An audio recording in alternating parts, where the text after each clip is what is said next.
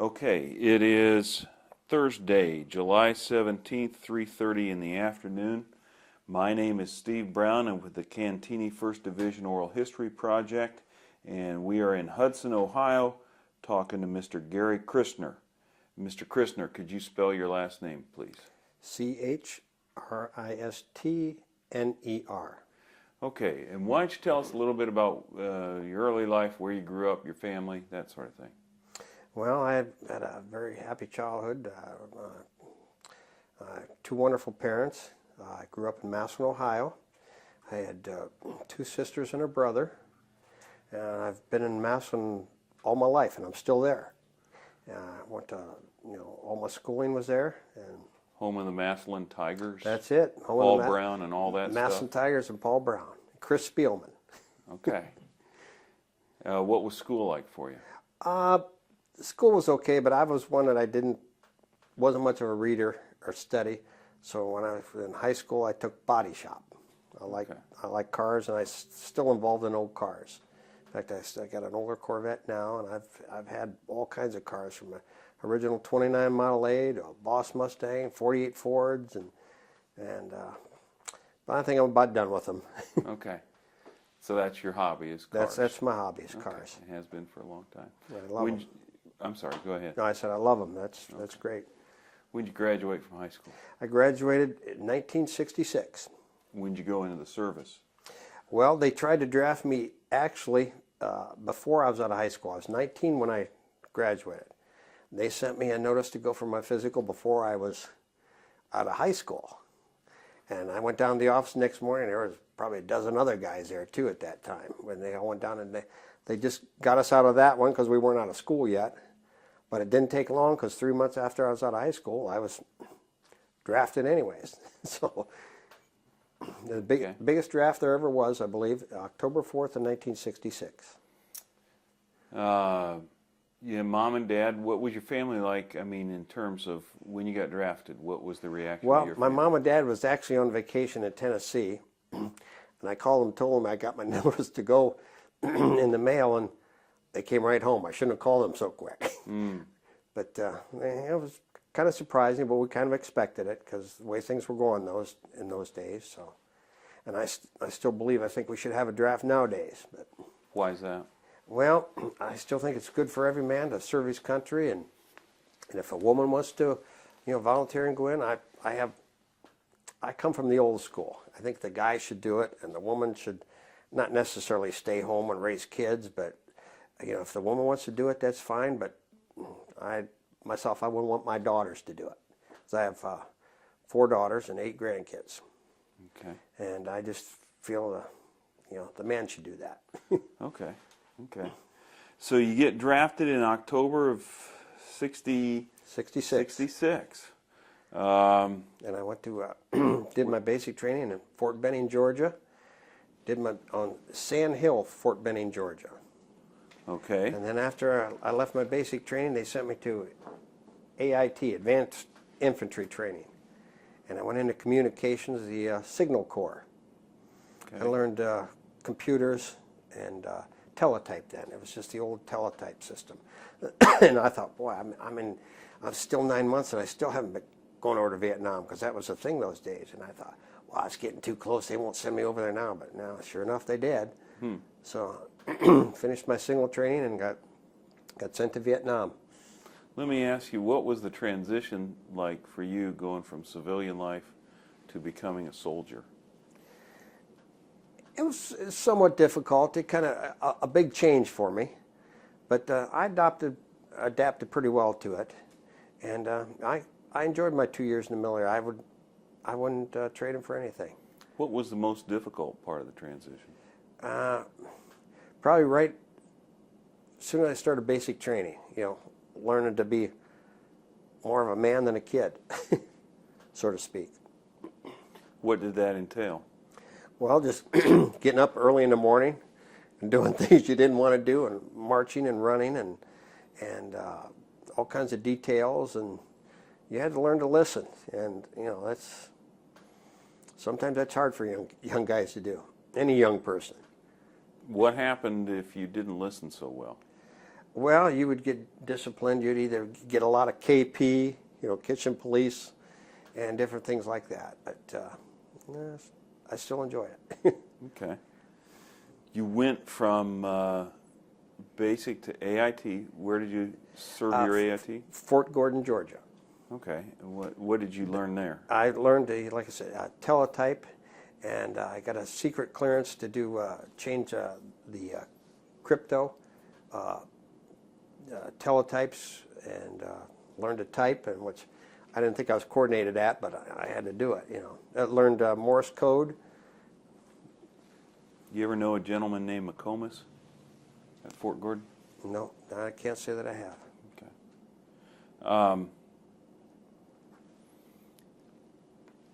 What do you remember being the most significant thing about that experience at Fort Gordon? Just having to study and learn more. Like I says, 'cause never thought I was coordinated to be a typer, and like I says, I had to concentrate. I can't remember anymore. You had to be able to receive and transmit so many words in Morse code, which I don't know if they use it anymore or not. But Do you know why they chose you for Signal Corps? Was there something about you? Well, when I first went in, you went through all kinds of tests, and they give you a small test on, like Morse code says this beeps and this da means is this letter and that letter, and I didn't think I did good on it, but they apparently thought I did, so that's where I ended up. Okay. So how long were you at Fort Gordon? It was about 3 months. Okay. And what happened then? And then I got my orders to be shipped to Vietnam. Did you get some leave before you went? I actually don't even remember. I don't think I did, but I'm not accurate. So something that's 40 years ago. Some things I forget. Okay. So you went straight to Vietnam? Yes, sir. Okay. What's your first memory of Vietnam? Remember about your first impression of Vietnam? When I got there, I couldn't believe I think I got there about the monsoon season, all the rain, and people tell you these stories about the rain, how deep it gets and stuff. And out in the middle of the compound of camp, and I get there, sure, that's all it is water out in the middle of the compound, Where did you land? Benoit, Okay. Benoit Airport. Then I was taken to a camp. I was stationed in a camp called Zion, D-I-A-N, but they pronounce it Zion. First Division. Yes, sir. First Division, 7th Artillery. I was attached to the communications for the 7th Artillery. When you got to Vietnam, did they take you straight to Zion, or did you have some in-country in-processing? No, they took me straight to base camp. Okay. And what was Zion like? Old, you always think of the rundown of poor sections. It's they're just trying to survive, and it wasn't too impressive for me, an young American guy, to see something like this, and you just don't realize that stuff like this exists and people live like this. And so you're speaking of the village of Zion itself. Yeah, right. What do you mean it was run down? And Run down. The buildings were made of just about anything they can make out of. Just cardboard, ammo boxes. They had a lot of them were made out of like sheet metal type, building. They had very little windows, or no heating or nothing. This, at least that I've seen. Very primitive, you could say. okay. And what were your first impressions of the Vietnamese people? I really didn't think too much of them right away, because I just wouldn't trust any of them. Okay. I wasn't very trusting, Were you transported up there by helicopter? No, I was taken down on a transport bus. Okay. And then I got to got into country there, and got into base camp, and went to the quartermaster, drew out all my equipment and a brand new weapon, and I got the weapon, and I take it back to the hut, and as we're taking it back to the hut, they come and said, we got a detail for you. So I had to take my weapon out of the box, and it was even wrapped in paper yet, and it still had cosmoline on it, so I put it in the weapons rack. And after I put it in the weapon rack, then I went to do the detail. But when I was gone, they had an inspection. The company, I can't remember, he was a captain lieutenant, had an inspection. I still remember his name, though. And when I got back from the detail, he says, well, your weapon's dirty, so they gave me 15 days extra duty. And so your weapon was dirty? the weapon was dirty. I thought it was I didn't even in the have wrapper. a chance to clean it. I didn't even have a okay. chance to clean it. Because it has, like oil-based cosmoline on it. Okay. And so, but I didn't have any choice. I just put it in the rack and went. And when I was gone, they had an inspection, and they says, "Give me 15 days extra duty." My 15 days extra duty, KP for the officers' mess. Oh my. It was like you had to be there like 4 or 5 o'clock in the morning. You were there till 7, 8 o'clock at night. And what we did was they had a little tent out back outside the officers' mess. It was set up to, we had garbage cans with heaters in them. And you would wash the dishes, and after every meal you had to change the water. Then you cleaned out the garbage can with sand that was with the sand to clean it out so you could make it for the next day. And it was a long day, like it says, from 4 or 5 o'clock in the morning till 7 or 8 o'clock at night. And I did that for about 3 days, and one of the guys came around and said they needed a volunteer for a forward observer. And so I immediately raised my hand. I says, I'm there. I don't care what it was. But I didn't want to be, no disrespect to the officers because they got their job, but just something I didn't want to do. I didn't want to do KP duty all that time. Okay. And this came the very day that you arrived. Right. The first day that you Yep. arrived. So you had a pretty good first impression of the 1st Division? Yeah, that was it. I was there to work. Okay. And so you're doing this, you're doing breakfast. Did you do it all day? All or day did long. You? That's all you did. You couldn't get away from there. Okay. All day long. Because So about the time you got it cleaned up and for the next one, yeah, and here Time for comes the next meal. Okay. So, Okay. So you jumped at the first opportunity to get out of there. oh, I sure did. And so what happened then? Well, I volunteered for that, and they says, well, for this forward observer to go to a leprosarium. It's a hospital for the people with the disease of leprosy. Okay. And so I went out there. They flew me out there in a helicopter. Where was this? Just outside base camp. Now, how far out, I really Zion? don't recall. Yeah, just Okay. just far out. But see, back then they kind of just secluded them from everybody else. The lepers. Yeah, they secluded them from everybody else. So I went out there and landed and walked in, and this village. I mean, I got some nice personal pictures. I mean, they had the same thing. Just everything's just made out of boxes or cardboard or whatever they had. From what I gather, the hospital itself was an old plantation or something back years ago, and the hospital was run by a Catholic priest from Doylestown, Ohio. What was his name? And I don't remember it. I kind of want to think Schwartz, but I'm not sure. It's on one of my, probably on the back of one of my pictures somewhere, but it's been so long I don't remember. And nine nuns, 9 sisters, and the priest, like I said, he was from Doylestown. I found out he knew my grandparents. Were you raised Catholic? Yes, sir. Okay. Okay. So you get there. How do they transport you out there? Helicopter. What was your responsibility once you got there?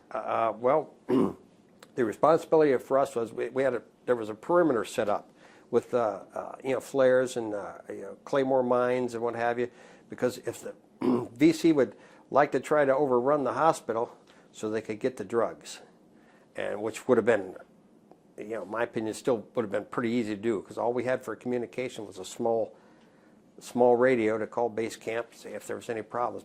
And we were with a ARVN troop. That's a friendly Vietnamese, and it was run by Lieutenant Chung Lee, but they weren't. I wouldn't put too much trust in them. How many of the ARVN were there? I don't recall offhand. It's just a small troop. And how many Americans were there? 3 of us. Do you remember who else was with you? There was 3 of us. One gentleman, his name was Jim. He was the sergeant. I don't remember his last name. And he said he was from California, and he would tell us that he knew the 3 girls from Petticoat Junction: Betty Joe, Bobby Joe, and Billy Joe. We're like, yeah, right. Who you kidding, you know? And sure enough, he started getting letters and pictures from them. He wasn't lying. And I was there with another guy. He was a Indiana State Trooper, Lee Trueblood, I believe was his name. And he got drafted because I don't know if he was just going through training or what he was doing, but he was there. And do you know where he was from in Indiana? No, I have no idea. Okay. So what was life like at the leprosarium? Well, the previous, like I said, there was only 3 Americans. We lived on sea rations for 3 months. I was there for 3 months. We lived on sea rations for 3 months, and every Sunday the Air Force would come out to operate on the patients that were there. And they would, if needed, remove a finger or toe or whatever. And the guys from the Air Force would come out and they'd bring us a warm meal from the mess hall every Sunday. And then the guys, the helicopter pilot and some of the other guys were waiting on the doctors. We used to go out and just target shoot from the perimeter. And we had there's this one little boy that was in there. His name was Den Den. And his parents were both killed, supposedly, by Vietnamese. And he was living with his uncle, who was one of the Arvins. And we kind of adopted him and took care of him. We kind of shrunk our uniforms down and sewed them together and gave him uniforms, and got to know quite a few of the little kids in the village there. Okay, were these little kids, were they lepers or? No, they were kids of the Arvin soldiers. Okay. And we, in fact, I got a picture somewhere. We had one time I got pictures. We had some girls like 10, 11. I don't think they were 12 years old yet, but got pictures of them where crazy American soldiers teaching them how to smoke. So you had regular contact with the Vietnamese villagers at this time? Yes, all the time. And every Sunday, the priest and the nuns would have us go down to down by the hospital in their building, and we'd have dinner with them every Sunday. And that's where I experienced. I ate water buffalo over there, and I even ate monkey meat. What did the monkey meat taste like? Chicken? A little dry and a little tough. Okay. If I remember it right. Okay. You said initially you didn't trust the Vietnamese people. Right. Anything happened with that? No, there was just, from the contact with all the other guys, we just felt like they were there to do things for us during the day, but during the night you just had the feeling that they were there against you during the night. You know, so you just didn't know who to trust. No, didn't know who to trust, and I just didn't. And you got along well with these little kids. Oh yeah, I got along great with them. Especially Den Den. Yeah, especially Den Den, because we like I said, we built a hut out of ammo boxes, and put it on top of a bunker in case we would get mortared. But I think about that all the time. What do you think about? Well, I just, some of the people, I just often wondered what happened to Den Den and the guys I was there with. Just wonder whatever happened to them. So. And you were there 3 months? 3 months, sir. Did you guys ever have to call in because you were being attacked? Excuse me. No, never did. I was very fortunate. So pretty soft duty. Yeah, it was. What happened at the end of the 3 months? I went back to base camp in Zion and continued. Did they say why you went back? No, they just like to change the personnel Rotate every so often. Personnel? Yeah. Okay. Then I went back and did my communications as a teletype operator. Okay. And then we would have to take the midnight shift, and they would teletype, the headquarters would teletype the coordinates to you of where they was going to mortar the next day. We had to take it over to the headquarters then, and excuse me. Did you ever, other than going to Leprosarium, did you ever leave Zion again? A couple of times. We went out on patrol a couple of times. I remember one time I remember I was on a patrol and it was night, and I don't know if it was true or not, but they says the Vietnamese don't believe in, they believe in spirits and all that stuff. So one night we was on patrol one night and we slept in a graveyard out there. But I don't know if it's true fact or not. I never did know for sure, but that's. What did you think about that? It's kind of eerie, but no, Okay. they weren't going to hurt me. Where were you patrolling out of? Out of Zion. Okay. They just take the different times and go out different times and days and excuse me. What were you looking for? Just anything you might run across. Such as? The VC themselves, or if you'd find a tunnel somewhere or something. Did you run into VC at all? No, I didn't. Like I said, I was very fortunate to come back. Okay. What you're taking in coordinates, you're transcribing the code. Is that what you're doing? Yeah, we're getting it on teletype, and we had a crypto. It's in our communications, little 3/4 ton truck, Jeep, and it's got the teletype in the back of it. It's all set up. We got a crypto we have to change every night at midnight, and I had a secret clearance to do that. So you would change that, and yeah, and then just accept the coordinates, and if we didn't get it, sometimes I don't know if the radio waves or whatever just wouldn't get them right. You had to just keep going back and repeat, back and forth. And, what were those conversations like? of what the Yeah, what's something like that sound like? it's just all you're doing is you're sitting there like it's like a computer nowadays, and it would come up on the typewriter. It wasn't computer set up then, but it's just I can't remember. You look for so many numbers. But I have an excellent memory with remembering numbers nowadays, and I can remember just about anybody's phone numbers. But I think that was a part of helping me do that. And so you see these numbers, and what do you do? We just make sure they're correct or not, because you can tell if one comes up a blank or a slash or a question mark in it, it's not right, and you had to send back and say this one, I need to have it sent back to me again, and then when they're all correct, then that's what we would do. So. And then you get done, and you're done for the night? Yeah, you're done for the night then. What do you do then? You still have to stay there with your teletype rig just in case something else would come in, because you never know when something else would come in. So, what kind of things would come in?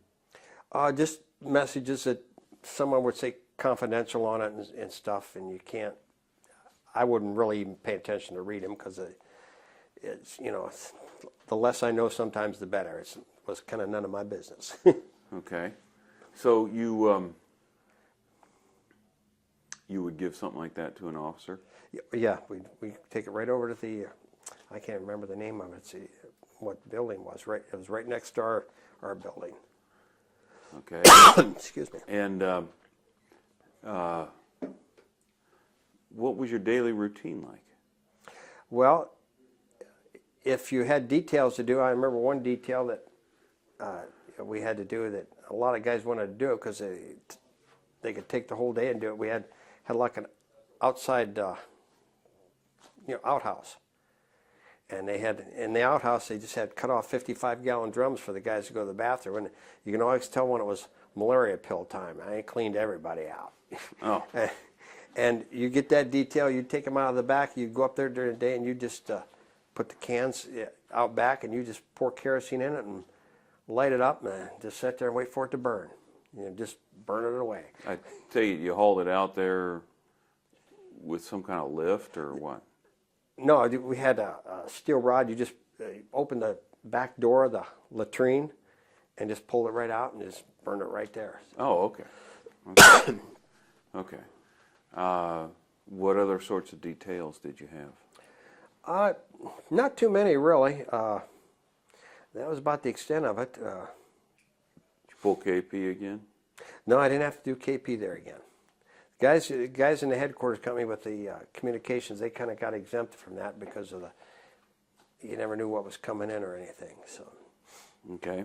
But I just didn't want any more KP. But Okay. What other sorts of details would you have? That was really just about it. You know, it's just the daily stuff, and you know, you had to keep your hut clean in your own area, and we had our showers consisted of a building about 15 by 15 or something close to that.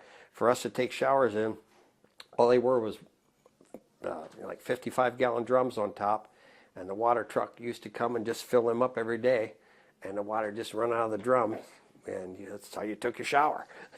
So you were able to have a shower daily and change clothes and. Yeah. Oh yeah, definitely. But one time somebody came in and they put kerosene in the shower instead of water, so that a couple of days nobody took showers. Was that to punish somebody, or was that because it was just somebody just made a mistake? They probably wasn't paying attention or something. Okay. But we had a mess hall and base camp there. The food was pretty good. But one time I went in, they had we would carry in big chunks of ice, because I mean they're about this long, big chunks of ice, and you put it in a big kettle and you put Kool-Aid in it. And I'll never forget the first time I went into the mess hall to eat, and there's a guy there. He's up there. He's getting ready to scoop Kool-Aid out, put it in his glass, and as he's leaning over, he's sweating.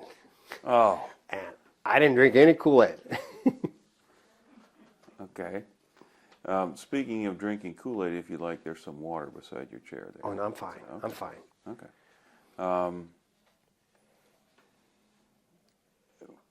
What other sorts of activities would fill your day?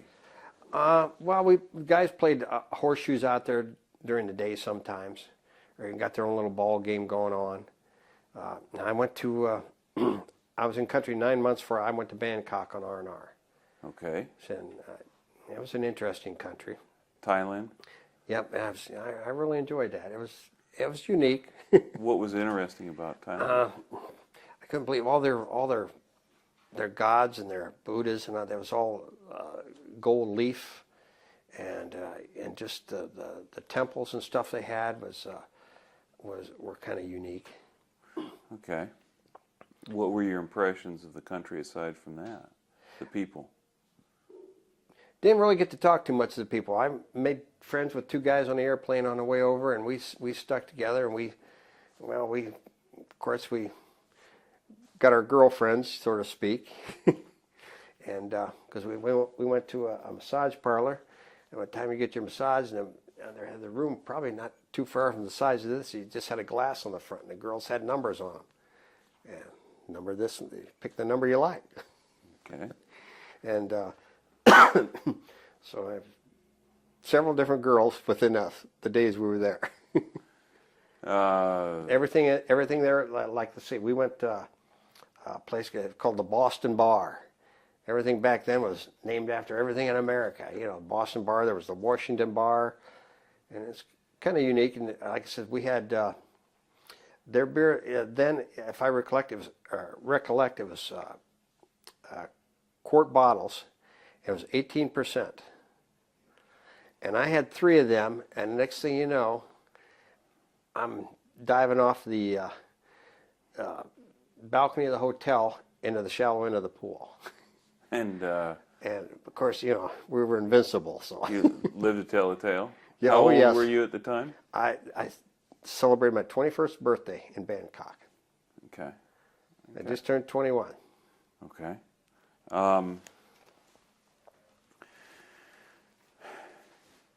How long was your R&R? You know, it's hard to remember. It's 4 or 5 days. It's been so long, but I don't even remember. But I know I spent enough money there, and before I came back, I just left everything there. I had all my clothes and everything. In fact, the lady I was with, she was wearing my clothes when I left, and, you know, because I just thought, well, I have no idea I didn't want to bother with them, and I just had no idea if I was going to get home or not still, you know. So I just left them all there. How did that work? Did you say you had options for R&R, and you said, I think I'll go here, here, or here, yeah, and they you had, just get sent there? So a lot of guys went to Hawaii. Some of the guys went to Australia, and I just picked Bangkok. So. Do you know why? No, I really don't. I just thought, well, I enjoyed it, so I wanted. So this was after 9 months that you went on your R&R. Yeah. Now, did you see guys coming and going out to Laike and Kwanlon? Oh yeah, I seen a lot of guys going everywhere. In fact, one thing the reason before I got out, they says from Vietnam, they says if you extend 30 days, we'll let you out of the Army 3 months early. And because that's about all I had left to go. But I knew a guy over there once. He was he was getting on his airplane to go home, and he come under a mortar attack, and he got killed. And so I wasn't taking no chances. I just want to go home. So I did not extend. And then I came back to Fort Bragg, North Carolina. Well, let me go back to this. This is a guy in the First Division, the airplane. You know, I don't even remember if he was or not. You just heard this story? Right. Okay. What'd you notice about the guys who were coming back in from being out in the country? Thunder Road, anything in particular? No, not really. They were just, we all had about the same opinion. We all got along good, and I don't know. There was no difference between the guys. Dirty, clean, tired? Well, they were always. If you're coming back in out of the field, you're always tired and dirty. But that's just was part of the job then. What would happen with them when they came back into it? They would just come back in and they'd do their thing for a while, and you didn't bother them or nothing, and it's just didn't want to hear stories, because why not? You experience them, so okay. Don't really need to. We already knew what was going on. How did you know? Going through it, being over there, there's things you just didn't ask. There's things I just would never ask the guys. Okay. If they want to tell, they'll tell. How frequently did you go out on patrol? Not too often. I only got to go out a few times. What were your impressions of that experience? Very scary, because you just don't know what you're going to run into. How long were you out? Because you had no, because they used to do things like, if you're walking down a path somewhere or something, and there would be a hole in the ground and you wouldn't see it, they would camouflage it, put something over it, and one of the things they'd like to do, they take a board and they put like a rusty old spikes in it with like a fish hook on the end of it, and if you'd walk in that hole, it'd be your foot would be full of nails, and then of course that'd probably cripple you for the rest of your life. So you just unpleasant things, part of war. Okay. What were your responsibilities when you were out on patrol? As a communications. When I was on patrol, it wasn't I wasn't part of communications then. So the only communications I did was back in base camp with the teletype. So if you're on patrol, you're functioning like any other infantryman. Right, sir. Okay. What was that like, other than scary? It's kind of hard to describe. I can't, you're always expecting the unexpected. Okay. How long would you be out on these patrols? It would vary at different times, sometimes all day. And like I said, the one night we slept in a graveyard, and it would just vary. How many people going out at a time? It depends. It depends. There's always a different number. When you're in the graveyard, how many are there with you? Yeah, it was quite a few. I can't remember how many anymore. But how'd you guys handle sleeping? Did you? Some guys could sleep, some couldn't. Okay. But now still the days, I can only sleep like a couple hours a night, but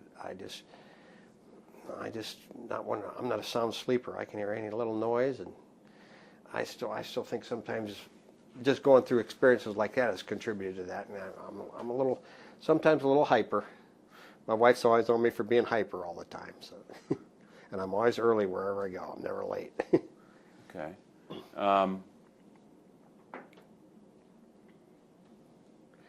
And I still have a lot of contact with the veterans in the area down there. In fact, I'm the commander of the Army-Navy Club down there in Massillon.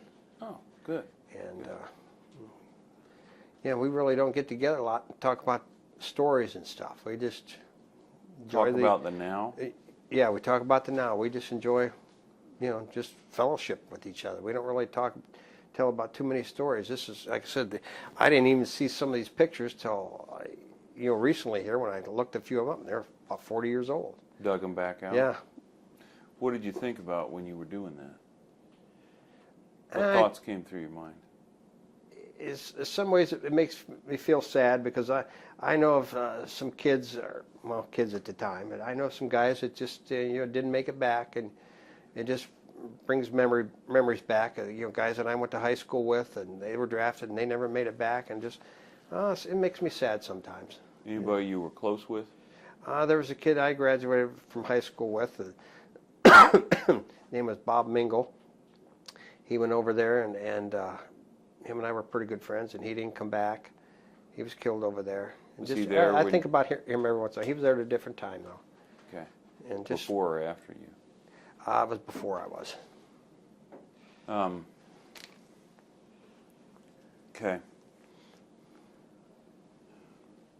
While you're over there, you getting communications from home, or? Yeah, we got it. Mail wasn't too readily because it took a long time. But the guys used to kid me because I was just writing all kinds of girls over there at the time. I got Girls back home? Yeah, girls back home. The guys used to razz me about all the mail I would get. Okay. And so I'd get a lot of mails. I can't even remember, but I got named somehow, and I would write. In fact, I wrote to I don't know how I connected up with. I wrote to a girl in California. I think it was Clovis, California. And when I came back from Vietnam, I landed in Oakland, and she wanted me to try to come up and see her. I think her dad was the president of the Orange Growers Association or something, and I just never took the time. I just wanted to go home, but just wrote to a lot of girls, and I got a lot of pictures of them. Oh. I still got some. Okay. What's your wife think about that? Oh, it's just Vietnam memory stuff. Long time ago. That was something growing up. So, What kind of impressions did you have of the First Division? very responsible, good unit, and if I was young again, I'd like to serve with them again. What made them a good unit? Their dedication and their unity as a group. It's almost like a family. What sorts of things were evidence of that unity? Well, just the way the guys would communicate with each other. And, if you wanted something, you could talk to anybody or ask them something, and they'd be right there with you and for you, and there'd never be any conflicts. Did you know anything about the history of the First Division when you got there? Very little. The only thing I knew is the old saying is First Division's first everywhere. And Did you learn any more once you'd been there a while? no, not really. You mean about the The division? history of the division, that sort of thing. No, back then I didn't think about it. I was there to serve. Did you learn anything about it subsequent to that? Not a whole lot, really. Just things you hear, but I can't remember them. So. Okay. Okay.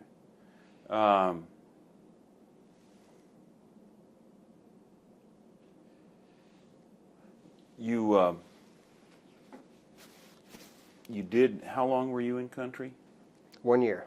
1 year. 1 year. And now explain to me again the thing about asking to be re-upped in the 30 days. Well, they came to me and told me, it says, if I would extend my tour over there for 30 days, Your tour in Vietnam. right, my tour in Vietnam for 30 days, I would get out 3 months early. Okay. And instead I wouldn't have to come back home and serve. I would just get out from right there. How much did you have left on your enlistment? Three at the time? 3 months. Okay. So you came back home and you still had 3 months to serve. Yeah, and I went down to Fort Bragg. What did you do there? Not too much of anything, really. Just kind of bought my time until I got my discharge. Didn't have to really do anything. Did you go home when you got back from Yeah, Vietnam? when I got back from Vietnam, I went home and I bought a car and a 62 Ford Galaxy XL convertible from my brother-in-law at the time, and drove it back to Fort Bragg. I remember driving it back here, that radiator went on me, so I had to spend all my money, get my radiator fixed as soon as I get to Fort Bragg. What was your reception like in Massillon? Not much. I mean, my parents had a sign out in the front yard on the lamppost for me. But back then, people didn't, I don't know, they just didn't think too much of guys that, you know, spent time in the service that they didn't appreciate. It's not they wanted to say, hey, you know, well, thank you or anything like this, but just understand that you were serving the country. They don't back then, because that's when you had what's that stock, Woodstock, and all that stuff, and people just didn't realize how much we were involved in, you know, overseas stuff, and it's just nowadays they appreciate more, and which I'm glad they do. They appreciate more what the guys that serve over. My son-in-law served over in Afghanistan and over in Iraq, and they appreciate it more, and which I'm glad for it. They're getting their, you know, getting their just the feelings. Did he serve in the Army? Your son-in-law? No, he was in the Marines. When he came home, did you two sit down and compare notes? A little bit, but he doesn't talk too much about it, and we don't say much about it. Okay. But he's seen a lot of gory stuff over in Afghanistan. But it's like I can understand. He just doesn't talk about it. You're in Massillon for how long? I've lived there all my life. I mean, I'm taking you back now chronologically. You're on your leave. Yeah. How long were you in Massillon? I think it was about 30 days, and then I went back to Fort Bragg. Drove down to Fort Bragg. Yeah. And 3 months at Fort Bragg? Yeah, and I just bought time there. That was it, you know. Show up where you need to be when you need to be? That was about it. Okay. There wasn't a lot required, you know, because they knew we were leaving the service, so I mean, what are they going to do? What are you going to do, send me to Vietnam? Yeah. Yeah, really. They tried to get you to re-up, but no thank you.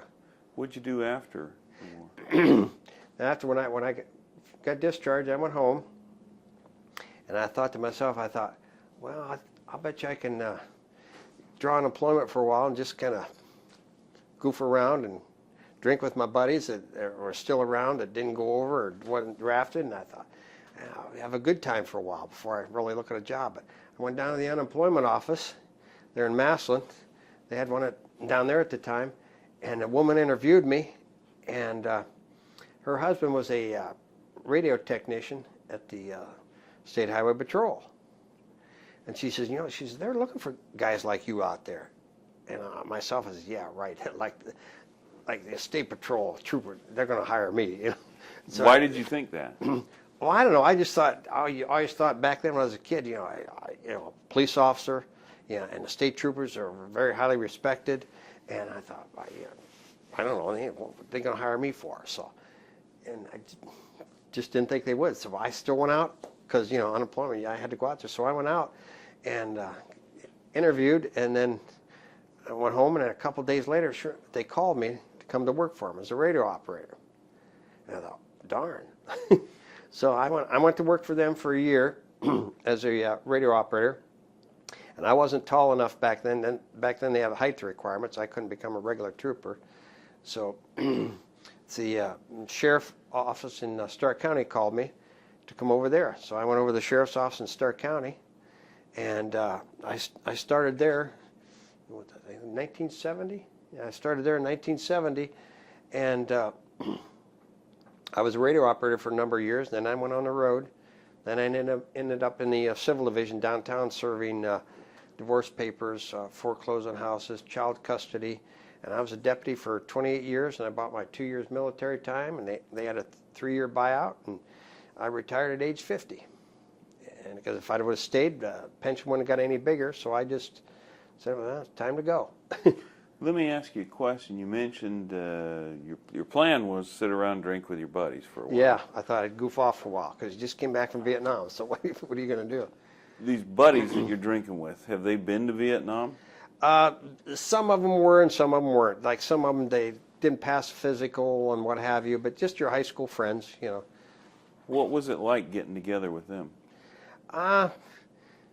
Didn't get together with them too much, really, because everybody had their own thing going on by then. Because here, this was, you know, 2 years later, you know. So a couple of them had been married and what have you, and just kind of a little separated there, I guess. You notice anything else that separated you guys based on your experiences? No, not really. No, okay. Is there anything else that you would like to add that we haven't talked about? Any interesting stories that I failed to bring out, or anything that you think is important? I'm sure I'll remember probably about the time we're done, but I don't, I can't remember any right offhand, but I still think that, I still believe that they should have the draft. I still think guys should be drafted. Do you think your military service was a good experience for Oh, you? definitely. That made me kind of, change my view on life and appreciate more the freedom we have here in this country. And it's unbelievable how many people don't understand the freedom we do have. Why do you think you appreciate that freedom more? Because I fought for it, and I've seen some of these places where these people don't have options that we have. They can't go out and do the things that we have. I mean, we can go out and buy this and do that and go where you want and you talk freely, but so many places don't. Or so many countries don't. Well, Mr. Christner, on behalf of myself and my family and Ball State University and the Cantigny First Division Foundation, I would personally like to thank you for your service to your country. Well, thank you, sir. And we appreciate it very much. Well, it was my honor. And I'd do it again if I was a little younger, because I love this country.